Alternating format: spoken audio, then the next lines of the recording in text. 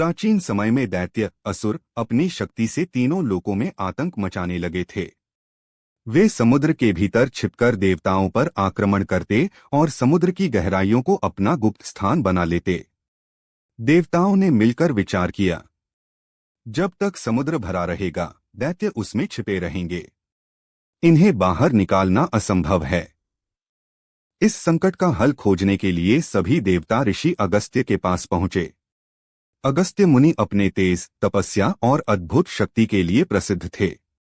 वे इतने महान थे कि सूर्य, वायु और अग्नि तक उनका सम्मान करते थे। देवताओं ने निवेदन किया, हे मुनि, दैत्यों का आतंक दिन ब दिन बढ़ता जा रहा है। वे समुद्र की गहराइयों से निकलकर हम पर आक्रमण करते हैं।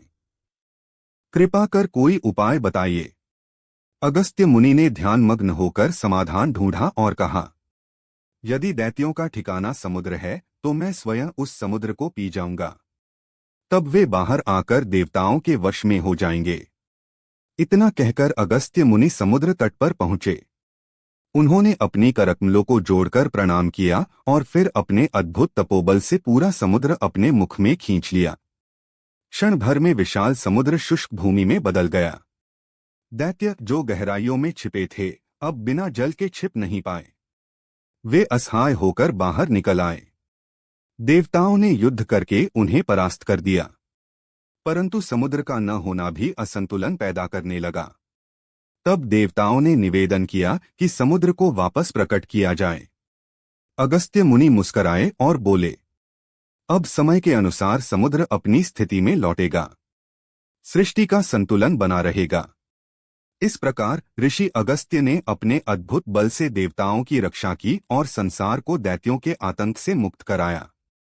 यह कथा बताती है कि ऋषिमुनियों का तपोबल देवताओं से भी महान होता है।